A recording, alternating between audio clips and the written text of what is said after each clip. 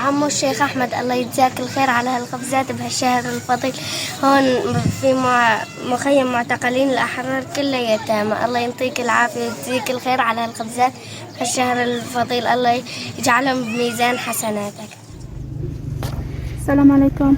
الله يجزيك الخير أخوي الشيخ أحمد، الله يبارك فيك يا رب، الله يحفظك، الله يكتر من أمثالك، الله يجعل إن شاء الله في صحيفة أعمالك حسناتك. الله يتقبل يا رب منك هذا الشهر الفضيل، شهر رمضان، الأجر فيه مضاعف والحسنة ب10 أمثاله.